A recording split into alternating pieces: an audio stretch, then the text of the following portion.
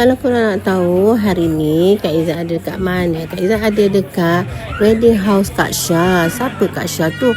Kak Syah tu adalah kakak kepada Prince Said dan juga Fatin. Waktu dia ambil gambar family ataupun video, Kak Izzat pun tumpanglah sekaki. Tempat ni juga kami pernah buat majlis untuk cukur jambul 2 dah cucu. Memang tempat dia cantik sangat. Kak Izzat recommend sangat siapa-siapa yang nak buat majlis kecil-kecil ataupun wedding, boleh sewa tempat ni. Cantik sangat tau, tak jauh dekat Bandar Kelang. Macam biasalah, kami diundang khas Abang Ijam dan juga adik dia Azmi yang hadir pada malam ni.